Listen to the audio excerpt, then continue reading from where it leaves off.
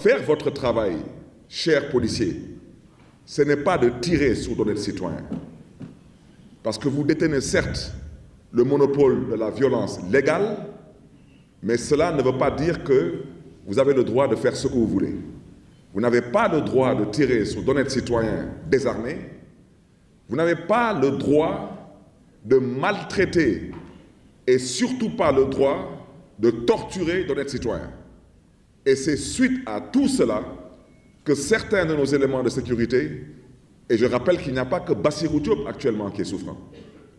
Aujourd'hui, à l'heure où je parle, apparemment l'administration pénitentiaire s'est ressaisie entre-temps et nous avons certains de nos éléments qui ont été aujourd'hui conduits à l'hôpital de Saint-Louis.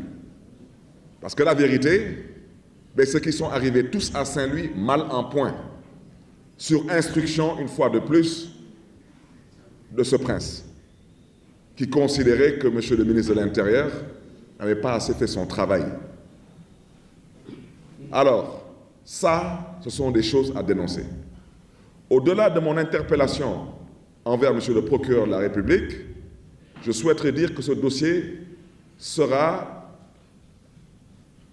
un dossier qui sera aussi bien défendu ici au niveau local, parce qu'il n'est pas question qu'on laisse cela passer pour perte et profit. Il n'en est pas question. La police est responsable de ce qui s'est passé lors de cette agression et non cette arrestation à Aloukagne. Et le ministre de l'Intérieur a des comptes à rendre au peuple sénégalais. Je rappelle que M. Bassirou Diop est un citoyen sénégalais. Et il n'est pas mort de mort naturelle et il n'a surtout pas glissé sur une peau de banane. Et j'aimerais que le ministre de l'Intérieur puisse apporter des éclairages par rapport à ce que je viens de dire. Au nom de quoi et pourquoi la police a tiré sur nos éléments de sécurité? Au nom de quoi et pourquoi? Seulement pour plaquer les gens au sol, il fallait utiliser à la limite des techniques qui relèvent des arts martiaux pour maltraiter les gens et torturer les gens. Et ensuite, vouloir se comporter comme si on n'a absolument rien fait. Non, je suis désolé, vous êtes responsable de cette mort. Et à l'international aussi, ce qui devra être fait le sera. Il est temps que les gens qui dirigent ce pays comprennent une bonne fois pour toutes que le Sénégal est une république, est un État qui a signé et ratifié des conventions. On ne peut pas tuer comme on veut dans ce pays et on ne peut pas faire ce qu'on a envie de faire. Sur ce registre, je voudrais dire que nous avons, avec la famille du défunt Bassirou Diop, nous avons souhaité qu'une autopsie soit faite. Et après cette autopsie, nous accompagnerons notre ami, notre frère, Bassirou Diop, vers sa dernière demeure. Que Dieu, dans sa miséricorde, l'accueille en son paradis céleste. Mais je voudrais dire à ces autorités que ce que vous avez fait, c'est inadmissible et inacceptable. Seulement pour arrêter un homme politique, vous n'avez pas besoin de verser dans le ridicule. Ça, c'est ridicule. Vous ne pouvez pas dire qu'il y a eu une bagarre à Saint-Louis, vous arrêtez un convoi et vous prenez 80 personnes comme ça, au pipeau, et vous les amenez en prison. Et sur ces 80 personnes, il n'y a pas que des gardes du corps. Il y a un gosse, quand j'ai su qu'il en faisait partie, c'est Babacar, qui est le fils d'une ancienne collègue à moi avec qui j'ai partagé la 14e législature, Ndeye Sira. Babacar lui-même, qui est un influenceur, qui n'a rien à voir avec la sécurité et qui n'a absolument rien à voir avec des violences politiques. Vous arrêtez des chauffeurs qui ne font que conduire des véhicules. Mais à un moment donné, il faut savoir raison garder et respecter l'intelligence des Sénégalais. Et pendant ce temps, c'est comme si le procureur de la République, il n'a pas vu ce qui s'est passé à Koungheul. Ça, il n'a pas vu.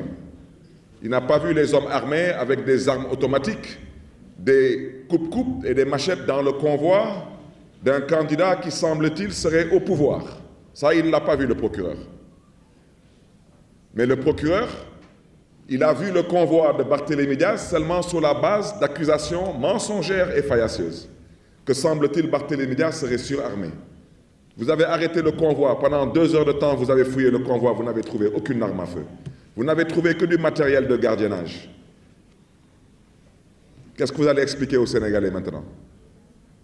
Et comment est-ce qu'on peut accepter de partir à un procès?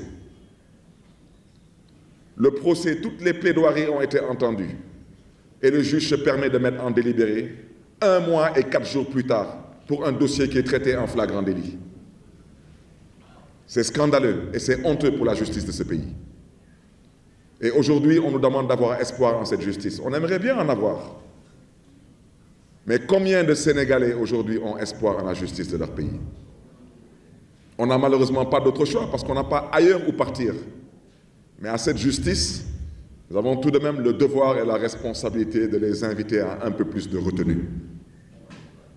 Soyez indépendants, soyez justes et dites le droit et rendez justice au nom du peuple sénégalais. Les 80 personnes qui sont à Saint-Louis n'ont rien à faire en prison.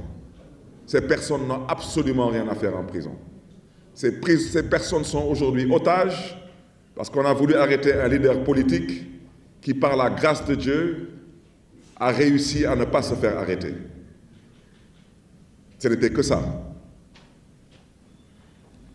Je voudrais par la même occasion aussi présenter des condoléances et dire que je serai à Saint-Louis dans la semaine pour aller présenter des condoléances à un autre de nos camarades qui malheureusement, le jour du pseudo-procès, son père qui se déplaçait pour venir assister au procès est mort à l'entrée de Saint-Louis suite à un accident. Donc dire seulement encore une fois de plus que tout cela nous peine de voir qu'après toutes ces années de lutte pour que le Sénégal devienne une terre de démocratie, que ces mêmes personnes avec lesquelles nous nous sommes battus, que ces mêmes personnes décident aujourd'hui de ramener le Sénégal encore, je ne sais pas combien d'années en arrière. C'est comme si nous sommes maudits. Ça veut dire que nous passons notre temps à nous battre, à verser notre sang, à faire la prison, à sacrifier des vies, et c'est pour toujours mettre 2 pas en avant et en remettre 4 ou 5 en arrière. Vous me permettrez de passer sur le deuxième point, c'est sur la soi-disant radiation de Barthélémy Dias de l'Assemblée nationale.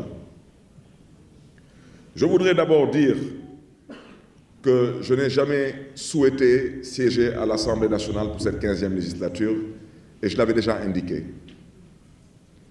Je voudrais dire que cette démission, elle aurait dû être normalement enregistrée le jour de l'ouverture et de l'installation de la 15e législature. Mais le jour de l'installation de la 15e législature, j'étais, comme vous le savez tous, à Saint-Louis pour les besoins du procès de nos 80 camarades qui sont détenus et pris en otage.